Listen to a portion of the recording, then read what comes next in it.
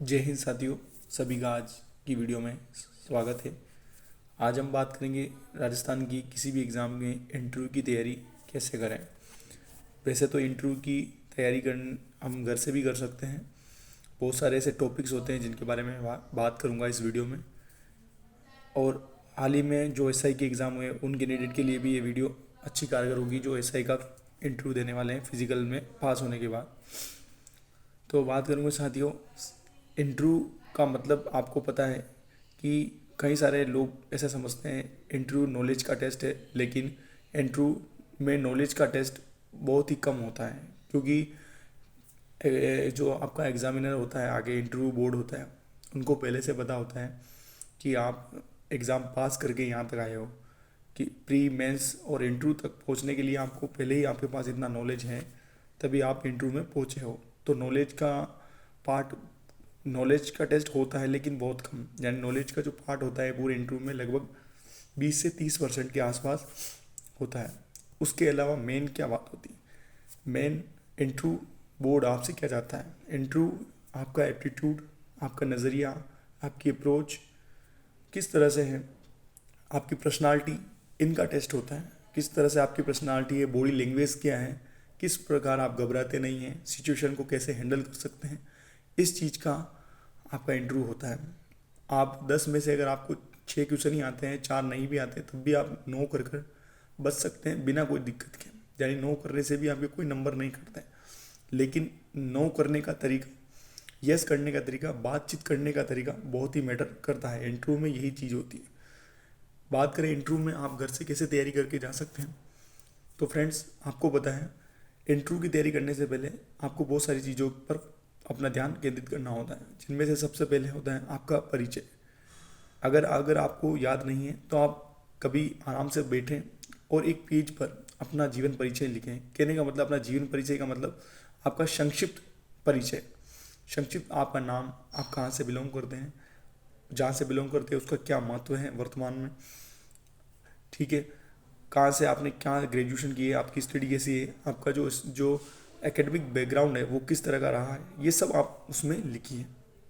कई टॉपिक्स, कई बार ऐसा होता है आपके नाम से भी क्वेश्चन पूछ लिए जाते हैं कि आपका नाम का मतलब क्या है, तो वो भी आप बता सकें। इस कहने का मतलब है कि आप अपने संक्षिप्त में जो आपका परिचय है उसकी एक एक चीज़ को आपको नोट करना है। जैसे आपका नाम का मतलब क्या है, आप जहाँ से रहते हैं वहाँ में हाल ही में उस क्षेत्र का कोई करंट अफेयर का मुद्दा तो नहीं है, वो चीज़ आपको ध्यान में रखनी है।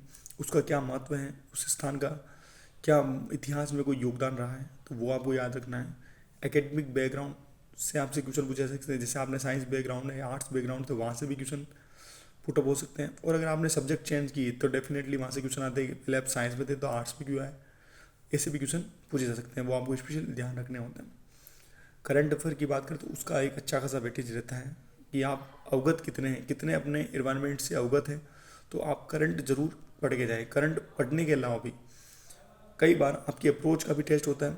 अप्रोच का कैसे टेस्ट होता है कि आप मान लो कि हाल ही में चुनाव चल रहे हैं, तो आपको पूछा जाएगा कि आप किस पार्टी से हैं, तो आपको संक्षिप्त में जवाब देना है और इतना भी छोटा नहीं देना है कि उससे प्रश्न ना बने। कहने का मतलब आप चाहो तो इंटरव्यू पूरा आपके हाथ में होता है, आप किस तरह से इंटरव्यू मेंबर्स के सामने अपना रिप्रेजेंट देते हैं। ये जैसे कि अगर आप चाहते हैं कि मेरा क्वेश्चन मेरे डिस्ट्रिक्ट से पूछे जाए, यानी मेरे क्वेश्चन मेरी डिस्ट्रिक्ट से स्टार्ट हो, तो आपको अलग से उस चीज़ पर इंसिस्ट करना होता है। कैसे, जैसे कि माना कि मैं उदयपुर से रहने वाला हूँ, तो मैं ये कहूँगा कि सर, अपने परिचय के समय मैं कहूँगा सर मैं जिलों की नगरी उदयपुर से बिलोंग करता हूँ।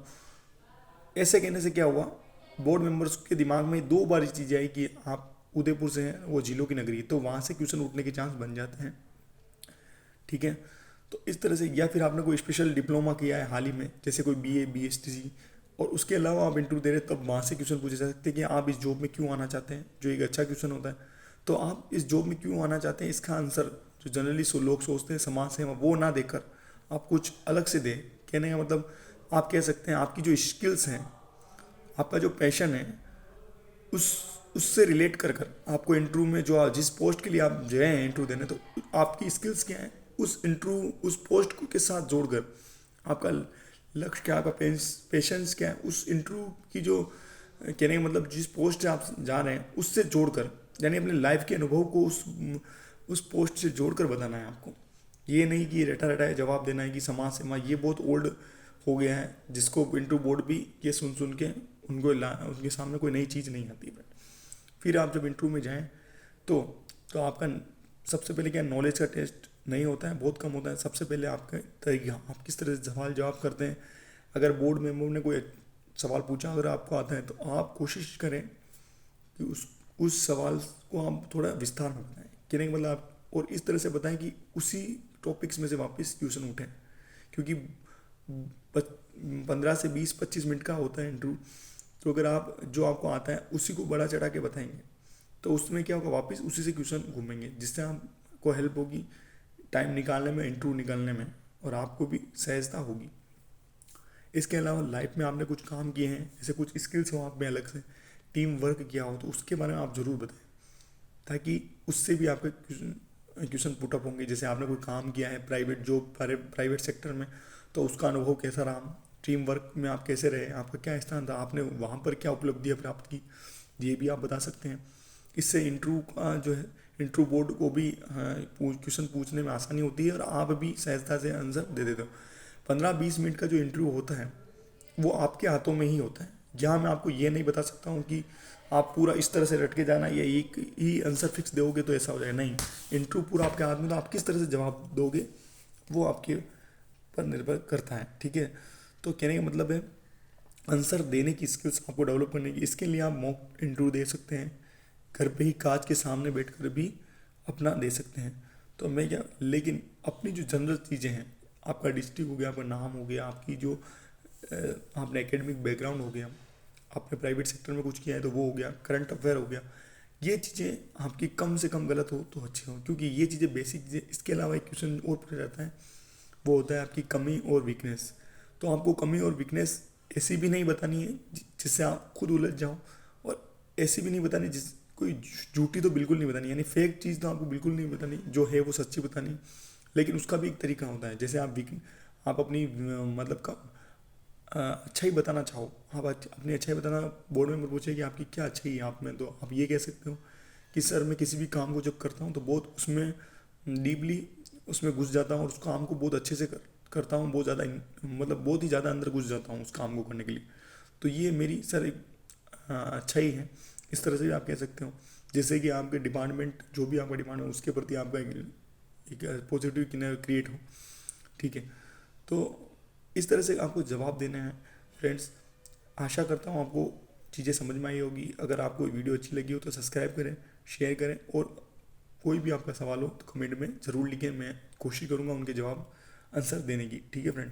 तो कहने का मतलब है इंटरव्यू की तैयारी आपको इसी तरह से करनी है कि बेसिक चीज़ें जो भी आपसे रिलेट करती हैं वो आपको सब पता होना चाहिए। यस या नो करने का तरीका आपको पता होना चाहिए कि नहीं आना है, पर आप झूठ ना बताओ, कोई भी झूठ आंसर ना दे, जो भी हो सच्चा दे। नहीं आता है तो ना करके आगे बढ़े, और जो क्वेश्चन आपको आता है वहाँ से क्वेश्चन पूछे तो उसको संक्षिप्त में ना बताकर उसको थोड़ा विस्तार से बताएं, ताकि वहीं से क्वेश्चन वापस से पुटअप हो, और जो आपका 15 से 20 मिनट का टाइम है वो निकल जाए और आप अच्छे से इंटरव्यू दे सको, ठीक है फ्रेंड्स। इस आशा करता हूँ आपको वीडियो अच्छी लगी होगी। जय हिंद, जय भारत।